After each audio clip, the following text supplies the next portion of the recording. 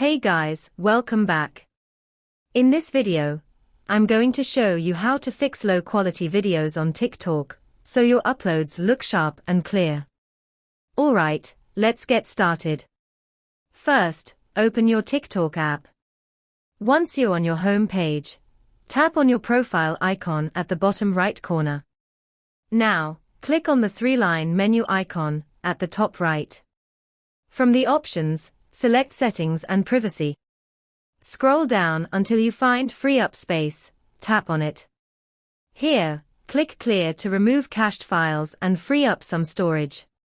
Once that's done, go back to the Settings and Privacy page again. Next, find Data Saver and tap on it. Make sure that Data Saver is turned off. If it's on, TikTok will reduce your video quality to save data. Turning it off will let TikTok upload and show your videos in full high quality. That's it. Once you've cleared your cache and turned off Data Saver, your videos will automatically appear clearer and more detailed. So, if this video helped you, don't forget to like, comment, and subscribe for more TikTok and mobile tips.